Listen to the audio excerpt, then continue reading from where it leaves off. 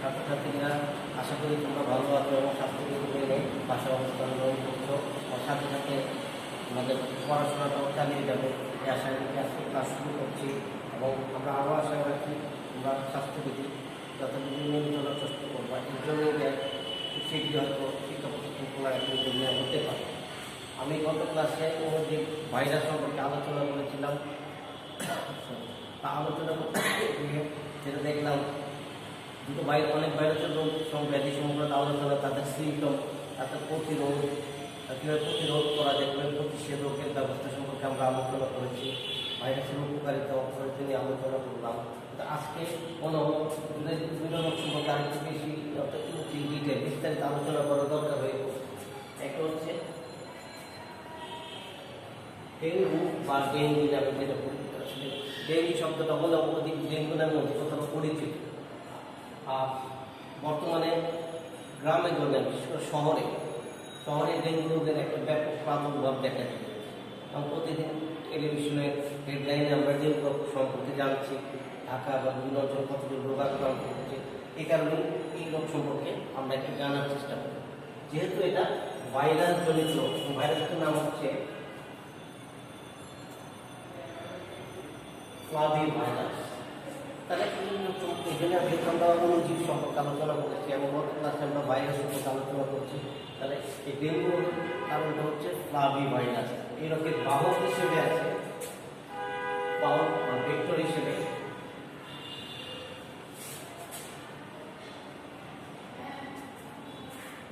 Aedes মশকি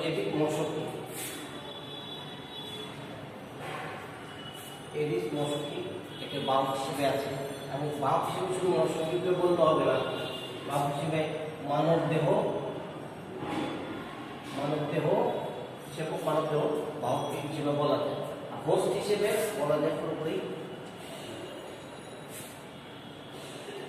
মানব দেহ। অর্থাৎ dengue যে প্যাথোজেন, যেটা ফ্লাভি ভাইরাস, এই ভাইরাসটা মানব দেহে থাকতে পারে সংক্রমিত আক্রান্ত শরীরে।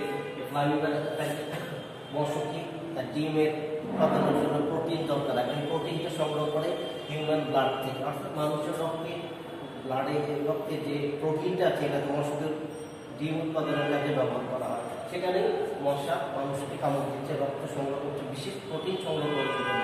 সে প্রোটিন থেকে তার ডিম উৎপাদনের কাজ সহজ হবে।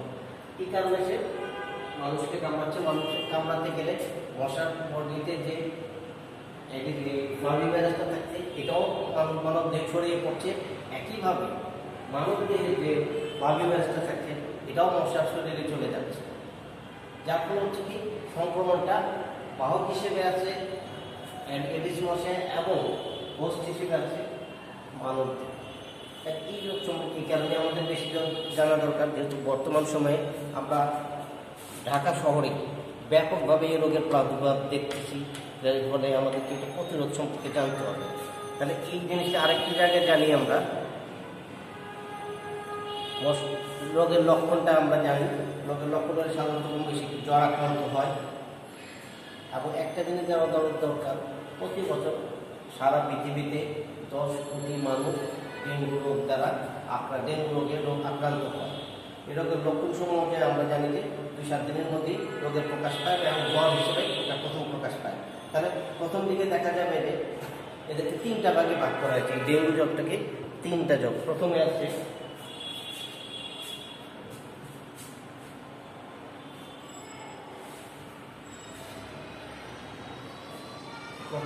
সেটা হচ্ছে ক্লাসিক্যাল ডেঙ্গু। ক্লাসিক্যাল ডেঙ্গু যে জিনিসটা আমরা দেখবো, ক্লাসিক্যাল ডেঙ্গুতে যেটা আমরা প্রথমে টেম্পারেচার বাড়বে, টেম্পারেচার 103 থেকে 105 পর্যন্ত হতে পারে। মাথা ব্যথা, গলা ব্যথা এবং চোখ ব্যথা লক্ষ্য করবো এবং পেশিতে ব্যথা, হাড়ের জোড়ায় ব্যথা। এবং এর জন্য একে হাড় ভাঙ্গা জ্বরও অনেক ক্ষেত্রে বলা হয়। আবার ত্বকে অনেক র্যাশ করে। তাহলে প্রথম দিকে লক্ষণ হচ্ছে যে টেম্পারেচার বাড়বে, গলা ব্যথা, মাথা ব্যথা থাকবে, চোখের ব্যথা থাকবে, আর অস্থি সন্ধির জোড়ায় ব্যথা হয়, হাড়ের ব্যথা হয়। এখানে নাম হয়ে গেছে হাড় ভাঙ্গা জ্বর। এছাড়াও ত্বকে বিভিন্ন ধরনের র্যাশ লক্ষ্য করা যাবে এবং বমি ভাব হবে, খাবার রোগ চলবে। এটা হচ্ছে ক্লাসিক্যাল ডেঙ্গু।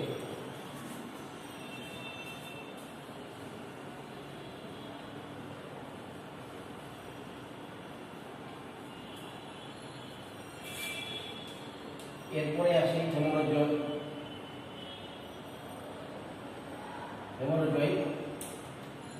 এক্ষেত্রে রক্তক্ষরণটা দেখা যাবে, অর্থাৎ এক্ষেত্রে দাঁতের মাড়ি, চোখের নিচে এবং নাক থেকে রক্ত পড়ার একটা লক্ষণ, অর্থাৎ মানুষ দেহে রক্তক্ষরণ ঘটবে। রক্তক্ষরণ কোথায় করে বলতে রোগীর নাক, দাঁত, মুখ, মাড়ি, চোখ ও ত্বকের নিচে রক্তক্ষরণ দেখা যাবে। রক্তক্ষরণের কারণে পায়খানা ভবিষ্যতেও রক্তক্ষরণ দেখা যাবে। এবং এটা ক্ষেত্রে মানবদের হিউম্যান বডির রক্তের যে ব্লাড সেল অর্থাৎ প্লাটিলেটস 1,50,000-এর নিচে নেমে যেতে পারে। সংখ্যাটা দরকার 1,50,000 পার মিলিমিটার কিউব, যেটা থাকার পথে একটু কমে যাবে রক্তের অনুচক্রিকা। এটা হচ্ছে হেমোরোজয়েড ডেঙ্গি। এর প্রথমে হচ্ছে শক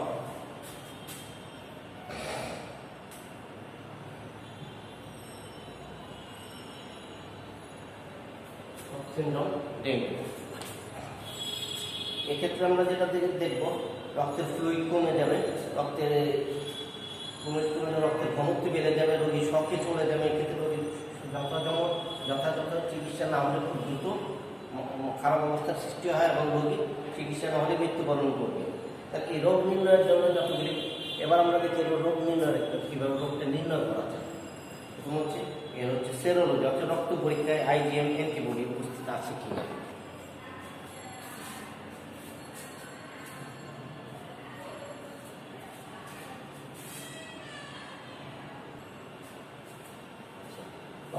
এক্ষেত্রে রোগ নির্ণয়ের ক্ষেত্রে সেরোলজি বিভিন্ন ধরনের পরীক্ষা আছে। রক্তের পরীক্ষা IgM, অর্থাৎ IgM এক ধরনের অ্যান্টিবডি বেঁচে থাকতে দেখা যায়। তীব্র সংক্রমিত রক্ত অ্যান্টিবডির পরিমাণ 4 গুণ বেড়ে যায়। এই অ্যান্টিবডির পরিমাণ রক্তে 4 গুণ বেড়ে যায়, তখন বোঝা যাবে যে রোগী মারাত্মকভাবে আক্রান্ত। এছাড়া ব্লাড প্লাটিলেটস কমে যাবে, রক্তের অনুচক্রিকার সংখ্যা কমে যাবে, এর সংখ্যা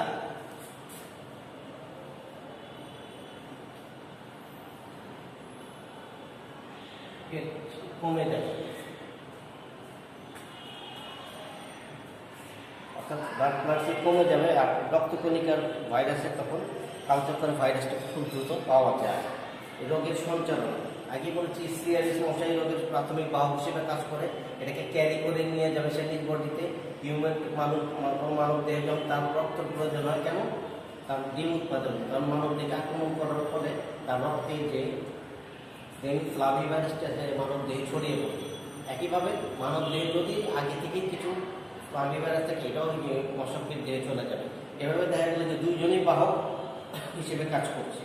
আচ্ছা, ডেঙ্গু পরিবারের এরপর জানি আমরা প্রতিকারের উপায় দিতে গেলে অ্যাসপিরিন জাতীয় ওষুধ খাওয়া যাবে না। মূলত যে ওষুধগুলি খেতে হবে সেটা হচ্ছে প্যারাসিটামল জাতীয় ওষুধ খেতে হবে। আর রোগীকে প্রচুর পরিমাণে পানি ও তরল খাবার খাওয়াতে হবে, ফলের রস, এবং রোগীর গা মুছে দিতে হবে জ্বর হলে, এবং মাঝে মাঝে স্পঞ্জ করতে হবে। এটাই হচ্ছে ভালো প্রতিকার একটা উপায়। এছাড়া ভেজা কাপড় রোগীর দেহে প্রথম প্রকাশের সাথে সাথে ডাক্তারের পরামর্শটা নিতে হবে। এটা হচ্ছে রোগের প্রতিকারের উপায়। তো প্রতিরোধ হিসেবে আমরা যেটা জানি, যেটা করতে হবে, আমরা জানি এখন বৃষ্টির মৌসুম, কম বেশি বৃষ্টিপাত হয়। বৃষ্টির পানি যেন কোনো রকম কোথাও জমাবদ্ধ অবস্থায় না পড়ে থাকে, অর্থাৎ ডাবের খোসা, ফুলের টব, কোনো গর্তে, ড্রেনে যাতে পানি জমাটবদ্ধ অবস্থায় না থাকে। পানি জমাটবদ্ধ অবস্থায় থাকলে, অর্থাৎ পানি যখন স্ট্যাগনেন্ট অবস্থায় থাকবে, অর্থাৎ পানি যখন জমাটবদ্ধ অবস্থায় যাবে, এখানে মশার ডিম ছাড়ে, মশার ডিম 3-4 দিনের মধ্যে ডিম থেকে ডিম ফুটে বাচ্চা হয়। কিন্তু পানি যদি প্রবাহমান থাকে, ফ্লোয়িং থাকে, এই রকম পানিতে মশার ডিমগুলি খুব দ্রুত নষ্ট হয়ে যায়। আমাদের এখানে উল্লেখ করার বিষয় হচ্ছে, একটা মশা সাধারণত বাড়ছে 3 থেকে 7 দিন। 3 থেকে 7 দিন ডিম ছাড়ে প্রায় 80,000 থেকে 1,20,000। তাহলে একটা মশা বাড়ছে 3 থেকে 7 দিন, কিন্তু ডিম ছাড়ছে 80,000 থেকে 1,20,000। এর সবচেয়ে ক্ষতিকর সেখানেই হতে চাচ্ছে যে তার ব্যাপকভাবে মশার ডিম ছেড়ে, যেটা মশার ডিম 3-4 দিন যদি স্ট্যাগনেন্ট অবস্থায় পানিতে জমাটবদ্ধ থাকে, তাহলে ডিম থেকে খুব দ্রুত ডিম ফুটে বাচ্চা বেরোয়, এবং এগুলির ব্যাপকভাবে ছড়িয়ে গিয়ে আবার নতুন করে মানুষের আক্রমণ বা সংক্রমণের কারণ হয়ে যায়। তার জন্য সরকার সিটি কর্পোরেশন ব্যাপকভাবে উদ্যোগ নিয়েছে যাতে কোথাও পানি জমানো থাকে, অর্থাৎ জমাটগত পানি থাকলে তারা 12 মাসের জমাটগত পানি পাওয়া হবে, তারা জরিমানার ব্যবস্থা করতে। তাহলে আমাদেরও সেদিকটা খেয়াল রাখতে হবে, নিজের জন্য, পরিবারের জন্য এবং প্রতিবেশীর জন্য কথা চিন্তা করি আমাদের এরকম ব্যবস্থা নিতে হবে, যাতে করে আমরা ডেঙ্গু মশার অর্থাৎ এডিস মশার আক্রমণ থেকে অর্থাৎ ডেঙ্গু রোগ থেকে আমরা সহজে রক্ষা পাই।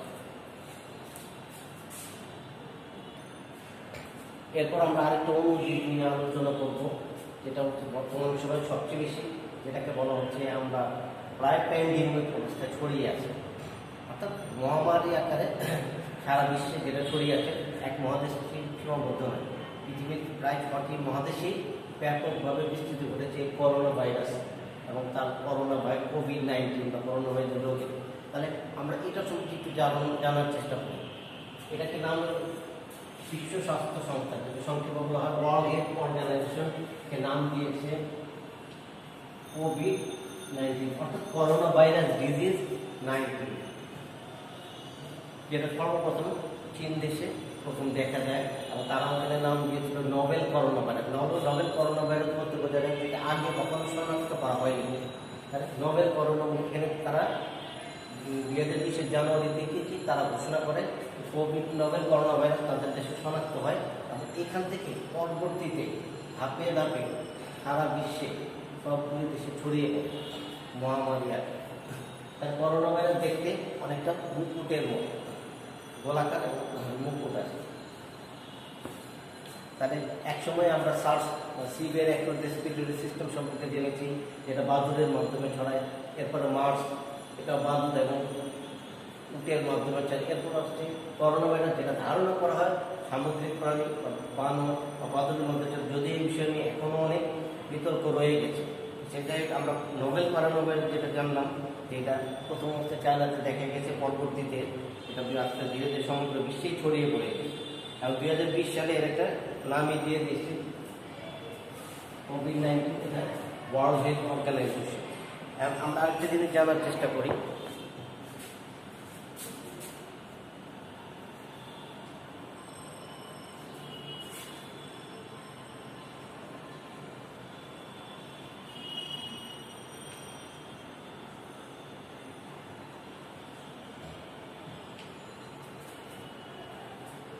এন্ডেমিক মানে হচ্ছে একটা নির্দিষ্ট অঞ্চলে বিস্তৃত, অর্থাৎ যেটা আমরা দেখেছি মিডল ইস্টে যেটা ঘটে গেছে, মার্স ভাইরাস জড়িত ছিল, এটা বাদুড়ের মুখের মধ্যে, এটা শুধু মিডল ইস্টের দেশগুলিতেই ছিল। এরপর চলে এপিডেমিক, এর জন্য ছিল সার্স।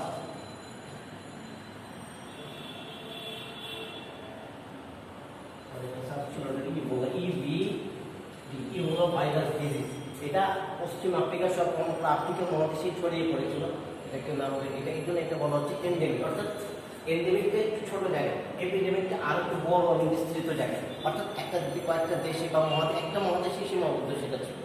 এরপর ফাইনালি যেটা আছে প্যান্ডেমিক, কোনো মহাদেশে সীমাবদ্ধ থাকে, সমগ্র সব মহাদেশে ছড়িয়ে পড়বে, এই জন্য এটা প্যান্ডেমিক এবং এটার নাম হচ্ছে কোভিড-19।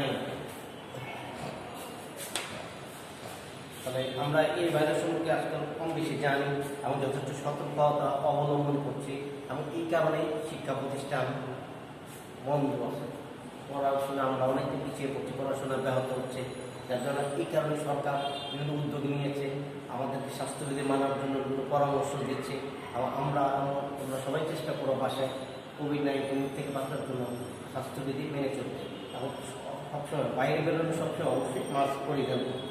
তাহলে এটা প্রথমত আক্রান্ত হওয়ার প্রথম জায়গায় হচ্ছে মানুষের হিউম্যান বডিতে 3টা ইয়ে থেকে এটা মানুষের দেহে প্রবেশ করে, একটা চোখ, নাক এবং মুখ। অর্থাৎ এই ভাইরাসটা দ্রুত বাতাসের মাধ্যমে ছড়ায়, হাঁচি কাশির মাধ্যমে ছড়াচ্ছে এবং এটা আরেকজনের মুখের মাধ্যমে, নাকের মাধ্যমে, চোখের মাধ্যমে ভিতরে ঢুকে যাচ্ছে। অর্থাৎ চোখের পানি, মুখের মিউকাস গ্রন্থি, নাকের লালা, নাকের স্পেসার, এগুলি ছড়িয়ে যে কোনো জায়গায় ছড়িয়ে ছিটে পড়ছে, আমরা সেই জায়গায় স্পর্শ করছি, স্পর্শ করার ফলে আমরা হাত আবার অন্য কোথাও আমাদের নাক, মুখ, চোখ স্পর্শ করলেই আমরা দ্রুত রোগাক্রান্ত হচ্ছি। এই কারণেই আমরা যথেষ্ট সময় আমরা মাস্ক পরিধান করে থাকার চেষ্টা করি এবং অনেকে শিল্ড ব্যবহার করা হয় এবং এই কারণে আমরা ব্যবহৃত টিস্যু পেপার যত দূরে রাখতে ফেলে দিতে হবে, যাতে এটা সহজে রোগাক্রান্ত না হয়। এর বিভিন্ন ধরনের লক্ষণ আমরা দেখেছি। এই লক্ষণগুলোতে জ্বর হবে, সর্দি কাশি হবে এবং শ্বাস স্বল্পতা অর্থাৎ ব্রেথ শর্টনেস অফ ব্রিথ হবে এবং শ্বাসকষ্ট বা ব্রিদিং ডিফিকাল্টি। তাহলে এর প্রথম লক্ষণ যেটা ধরো জ্বর হবে, শ্বাসকষ্ট দেখব, সর্দি কাশি এবং শর্টনেস অফ ব্রেথ এবং শ্বাসকষ্ট বা ব্রিদিং ডিফিকাল্টি দেখব। এবং গুরুতর পর্যায়ে হচ্ছে যখন নিউমোনিয়া বা অ্যাজমা পর্যায়ে চলে যাবে তখন একাধিক অঙ্গের বৈকল্য ঘটে এবং তখনই কিন্তু রোগীর মৃত্যু ঘটে। তাহলে রোগ প্রকাশের সময়কাল প্রথম 2 থেকে 14 দিনে রোগ আক্রান্ত হওয়ার সম্ভাবনা থাকে, দেখে বোঝা যায় না, প্রকাশ পায় না। অর্থাৎ 2 থেকে 14 দিনের পর দেখা যায় ধীরে ধীরে রোগ লক্ষণ প্রকাশ পায়। এবং এটাকে আমরা বলি এই রোগ এমনকি এক ব্যক্তিকে যদি কখন প্রকাশ না পায় সেটাকে বলা হবে অ্যাসিম্পটোমিক বলা হবে। এবং সংক্রমিত হলে এটা প্রকাশ পায় প্রতিকারের। এবং এই কারণে এই বিষয়টা আমাদের একটু মাথায় রাখতে হবে, সবসময় এটাকে রোগের লক্ষণটা প্রকাশ পাচ্ছে না। যার জন্যে আমাদের কঠোরভাবে বিধিনিষেধের মাধ্যমে স্বাস্থ্যবিধি মানতে হবে। যদি লোক সহজেই প্রকাশ পেত, লক্ষণটা সহজেই প্রকাশ পেত, আমাদের সহজেই চোখে করতো, আমাদের চিকিৎসকরা বা একটু সহজে বুঝতে পারতো। বিশেষ অনেক ক্ষেত্রেই রোগের লক্ষণটা প্রকাশ পায় না। এখানেই আমাদের যথাযথ স্বাস্থ্যবিধি মানতে হবে। তাহলে রোগীর লক্ষণ যেটা আমরা দেখব, প্রতিরোধের উপায়গুলি একটু জানি। অর্থাৎ হাঁচি কাশি ব্যবহারের সময় রুমাল ব্যবহার করতে হবে এবং বাইরে গণপরিবহনের বাস, প্লেন, লঞ্চ ইত্যাদিতে পরিবহন থেকে যতদূর বাদ দেওয়া যায় এবং ব্যাপক লোকের সমাগম থেকে দূরে থাকতে হবে। ভালো মেডিকেল মাস্ক ব্যবহার করতে হবে, গ্লাভস পরা করতে হবে, হাত জীবাণুমুক্ত করতে হবে। অর্থাৎ সবসময় সারাদিনে বেশ কয়েকবার 4 থেকে 5 বার সাবান দিয়ে হাত ধুতে হবে অথবা হ্যান্ড স্যানিটাইজার ব্যবহার করতে হবে। তার একজন আক্রান্ত হওয়া মানে কিন্তু ব্যাপক বায়ুরোগটা ছড়িয়ে পড়া। আর ব্যবহৃত রুমাল টিস্যু যথোপযুক্ত ফেলে দিতে হবে, পুড়িয়ে ফেলতে হবে। তার প্রাথমিক হিসেবে আমরা যত্ন নেওয়ার জন্য যে কাজটা আমরা করি, যদি রোগাক্রান্ত তাকে প্রথম অবস্থায় কি আইসোলেট করে কোয়ারেন্টাইন করে রাখবে। তাহলে প্রথম অবস্থায় তাকে আইসোলেট করে কোয়ারেন্টাইন করে রাখবে।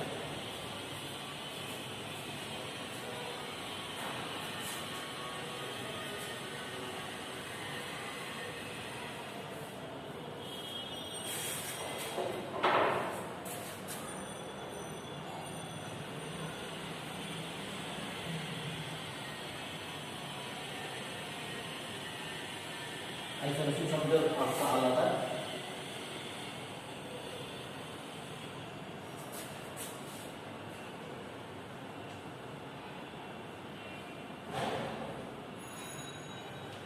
আইসোলেশন শব্দের মানে হচ্ছে আলাদা করে রাখা। কোয়ারেন্টাইন শব্দের অর্থ হচ্ছে 40 দিবস।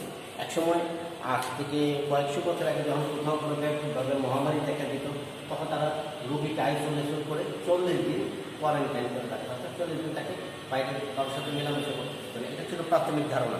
যদি এখন 40 দিনের পরিবর্তে 14 দিন কোয়ারেন্টাইন করে রাখতে হচ্ছে। আমরা দেখি বিদেশি ক্রিকেট টিম ঢাকায় আসছে, কিছুদিন আগে অস্ট্রেলিয়া আসছে, তাদেরকেও কিন্তু 14 দিন কোয়ারেন্টাইনে থাকতে হচ্ছে। একেবারে বাংলাদেশ কিংবা দেশের বাইরে গেলো, জিম্বাবুয়েতে গেলো, তখনই কিন্তু তাকে ওইখানে কোয়ারেন্টাইন করে রাখা হবে। অর্থাৎ যেহেতু এটা মহামারী, সর্ব মহামারী মানে একেবারে অতিমারি বলা যায়, তাহলে সেক্ষেত্রে এই কোয়ারেন্টাইন নীতিমালাটা সব দেশের জন্য প্রযোজ্য হয়ে পড়ছে। তাহলে আর চিকিৎসা হিসেবে এর কোনো ওষুধ নেই। তারপর যেহেতু ওয়ার্ল্ড হেলথ অর্গানাইজেশন কর্তৃক বিভিন্ন ভ্যাকসিনকে অনুমোদন দিয়েছে, সেক্ষেত্রে ভ্যাকসিন ব্যাপকভাবে ব্যবহার করা হচ্ছে এবং আমাদের সরকার ব্যাপক উদ্যোগে সর্বসাধারণের জন্য ভ্যাকসিন জনসাধারণের কাছে যেন ভ্যাকসিনটা সহজপ্রাপ্ত হয়, এই জন্য অর্থাৎ সিটি কর্পোরেশন ইউনিয়ন পর্যায়ে ভ্যাকসিন সরবরাহ করছে, যেখান থেকে ভ্যাকসিন নেওয়া সহজ হচ্ছে। একসময় ছিল 40 বছর ঊর্ধ্বে শুধু ভ্যাকসিন নিতে পারবে, এখন দেখা যাচ্ছে না। এর পরবর্তীতে 35 বছর ঊর্ধ্বে হয় নিতে পারছে, এরপরে 30 বছর ঊর্ধ্বে, এরপর 25 বছর ঊর্ধ্বে।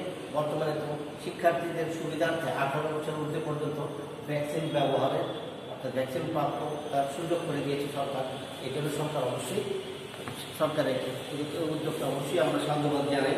তাহলে পাশাপাশি আমাদের যে কাজটা করতে হবে, শুধু ভ্যাকসিন নিলেই হবে না, আমাদের এই স্বাস্থ্যবিধি বা করোনা থেকে বাঁচার জন্য যে যেরকম কঠিন বিষয়ে স্বাস্থ্যবিধি মানার ধারাবাহিকতাটা আমাদের অব্যাহত রাখতে হবে।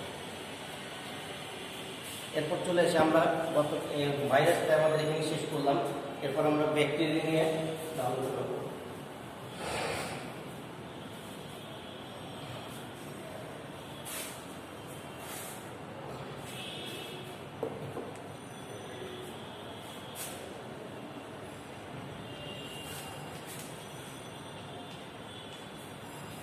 ডাচ অর্থাৎ হল্যান্ডের একজন অণুবিজ্ঞানী, উনি প্রথম অ্যান্টনি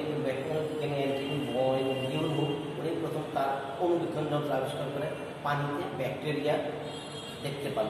উনি এটাকে ব্যাকটেরিয়ার নাম দিয়ে নাম দেন অণুজীব বা ক্ষুদ্রাকার প্রাণী, এটাকে বলা হয় অ্যানিম্যাল কিউ।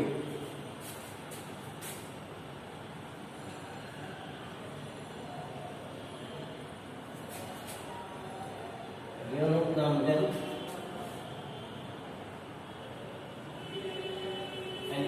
ক্ষুদ্র প্রাণী। পরবর্তীতে জার্মান বিজ্ঞানী হেরেনবার্গ ব্যাকটেরিয়া শব্দটি ব্যবহার করেন। এর পরবর্তী লুই পাস্তুর ব্যাকটেরিয়ার উপর গবেষণা করে জার্ম থিওরি দেন। এবার সর্বশেষে জার্মান বিজ্ঞানী রবার্ট কচ ব্যাকটেরিয়ার নানাবিধ পরীক্ষা নিরীক্ষার করে এই প্রাণী ধারণা দেন যে বহু রোগের কারণ হচ্ছে ব্যাকটেরিয়া। উনি মাইক্রো ব্যাকটেরিয়াম টিউবারকুলোসিস অর্থাৎ যক্ষ্মা রোগের জন্য ব্যাকটেরিয়াই এই যে দায়ী সেটা প্রমাণ করেন এবং এই কারণে 1905 সালে তাকে নোবেল পুরস্কার দেওয়া হয়।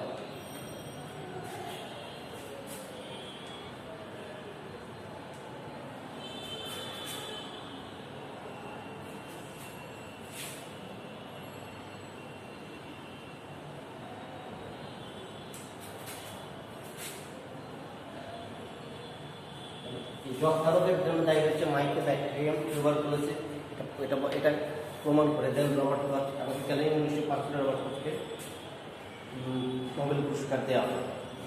এই কারণে আরেকটা জিনিস ব্যাপার হচ্ছে যে তাকে রবার্ট কচকে ব্যাকটেরিওলজির জনক বলা হয়, তাকে ব্যাকটেরিওলজির জনক বলা হয়। এখন ব্যাকটেরিয়া সম্পর্কে ছোট্ট একটু ধারণা দেওয়া হচ্ছে। ব্যাকটেরিয়া হচ্ছে অকোষীয় কোষীয় অঙ্গাণুবিহীন জটিল কোষের যে অঙ্গাণুগুলি থাকা নিউক্লিয়াস সাইটোপ্লাজম মাইটোকন্ড্রিয়া এগুলি না, কোষীয় অঙ্গাণুবিহীন জটিল কোষ প্রাচীর এবং আদি প্রকৃতি প্রোক্যারিওট।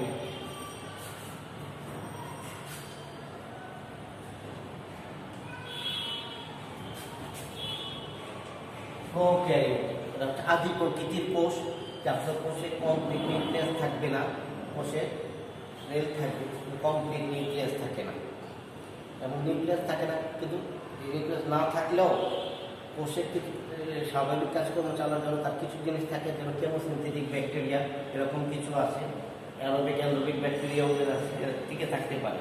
আচ্ছা, তাহলে ব্যাকটেরিয়া কোথায় থাকবে? ব্যাকটেরিয়া সর্বত্র থাকতে পারে, বাতাসে, মাটিতে, পানিতে, সর্বত্র। এমনকি হিউম্যান বডির ইন্টেস্টাইনেও ব্যাকটেরিয়া থাকতে পারে। অর্থাৎ তার উপযুক্ত পরিবেশ যেখানে থাকবে সেখানে সে টিকে থাকে। সে পরভোজী হিসেবে টিকে থাকতে পারে, সে বাইরে হিসেবে থাকতে পারে, টিকে থাকতে পারে। অর্থাৎ সে হেটারোট্রপিক হতে পারে, অটোট্রপিক।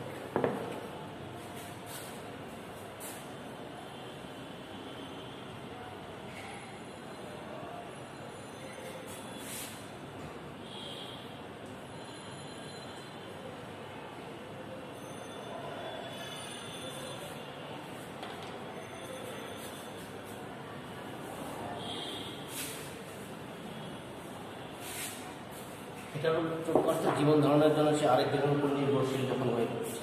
ব্যাকটেরিয়া সর্বত্র বিস্তৃত এবং ভিটামিন বি কমপ্লেক্স সরবরাহ করবে এরা। কোনো ব্যাকটেরিয়া যেমন মানুষ হিউম্যান বডি ইন্টেস্টাইনে থাকে। এবং এর সবচেয়ে মজার বিষয় হচ্ছে -17 ডিগ্রি সেলসিয়াস তাপমাত্রা থেকে 80 ডিগ্রি সেলসিয়াস তাপমাত্রা পর্যন্ত এরা টিকে থাকতে পারে। এই ব্যাকটেরিয়া এই কারণেই সর্বত্র আছে। জৈব পদার্থ মাটিতে সর্বত্র ব্যাকটেরিয়া পাওয়া যাচ্ছে। তাহলে প্রতি গ্রাম মাটিতে 40 মিলিয়ন, প্রতি গ্রাম মাটিতে 40 মিলিয়ন, প্রতি মিলিলিটার পানিতে প্রায় 1 মিলিয়ন ব্যাকটেরিয়া থাকতে পারে। এছাড়াও উদ্ভিদ পানিতে পরজীবী হিসেবে থাকতে পারে ব্যাকটেরিয়া। এই ব্যাকটেরিয়ার সাধারণ কিছু বৈশিষ্ট্য আমরা জানি। ব্যাকটেরিয়া কোষীয় জীবের মধ্যে ক্ষুদ্র, সরল এবং আণবিক ক্ষণিক। এরা দলবদ্ধ হয়ে বসবাস করে। ব্যাকটেরিয়া প্রোটোপ্লাজমে আদি নিউক্লিয়াস যুক্ত, যার জন্য এরা হচ্ছে প্রোক্যারিওটিক। অর্থাৎ নিউক্লিয়াসের জন্মানো বস্তু নিউক্লিয়াস ক্রোমাটিন জালিকা থাকবে না, মাইটোকন্ড্রিয়া থাকবে না, শুধু পেঁচানো ডিএনএ আরএনএ থাকবে। সেজন্য ব্যাকটেরিয়ার নিউক্লিয়াসকে নিউক্লিয়ার বস্তু বলা হয়, কমপ্লিট নিউক্লিয়াস বলা যায় না। প্রোটোপ্লাজমের মধ্যে যেমন রাইবোজোম সিস্টেম থাকে, কোনো পর্দা বা অঙ্গ থাকবে না।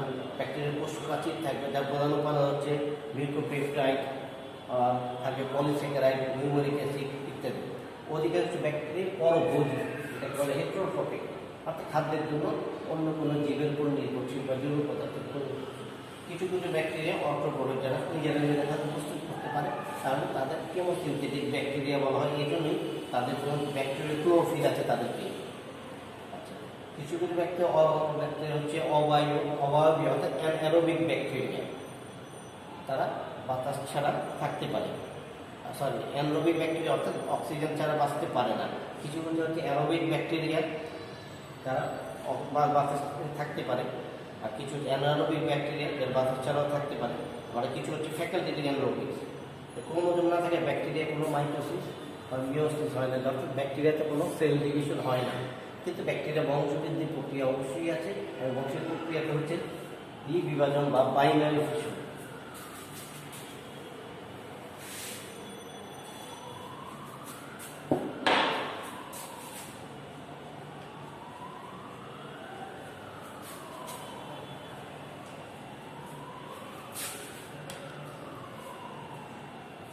এরপর চলে আসি ব্যাকটেরিয়ার শ্রেণীবিন্যাস। তাহলে আকৃতি অনুসারে ব্যাকটেরিয়াকে বিভিন্ন শ্রেণীবিন্যাস করা হচ্ছে। ব্যাকটেরিয়া গোলাকার হতে পারে, গোলাকার হিসেবে ব্যাকটেরিয়া হচ্ছে কক্কাস ব্যাকটেরিয়া বা মাইক্রোকক্কাস, ডিপ্লোকক্কাস ব্যাকটেরিয়া।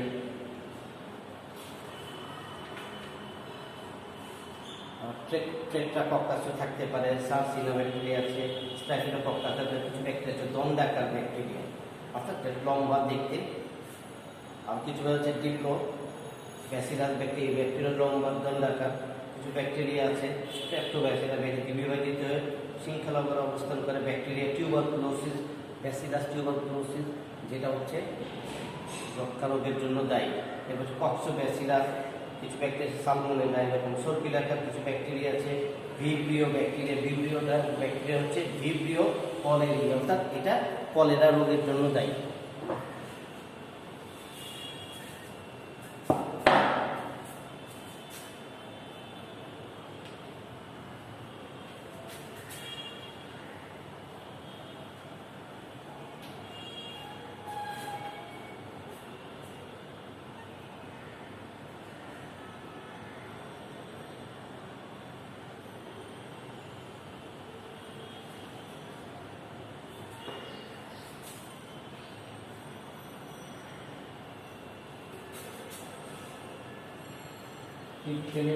ডিপথেরিয়া রোগের জন্য দায়ী।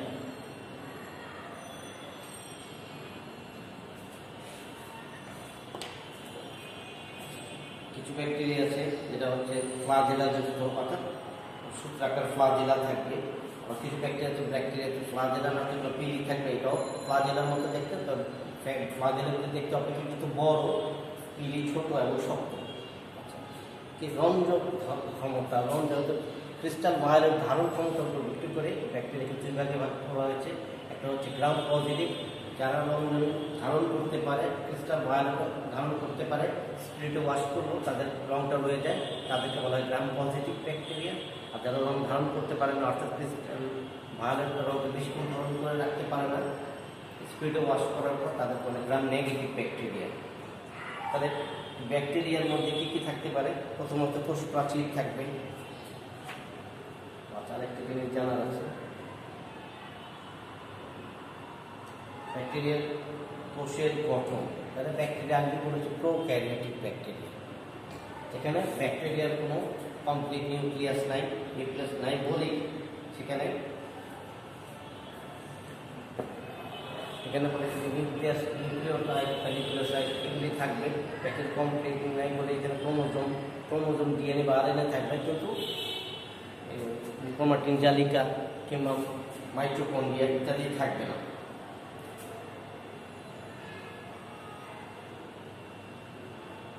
আচ্ছা, এবার ব্যাকটেরিয়ার কোষ প্রাচীর সম্পর্কে তোমরা জানি।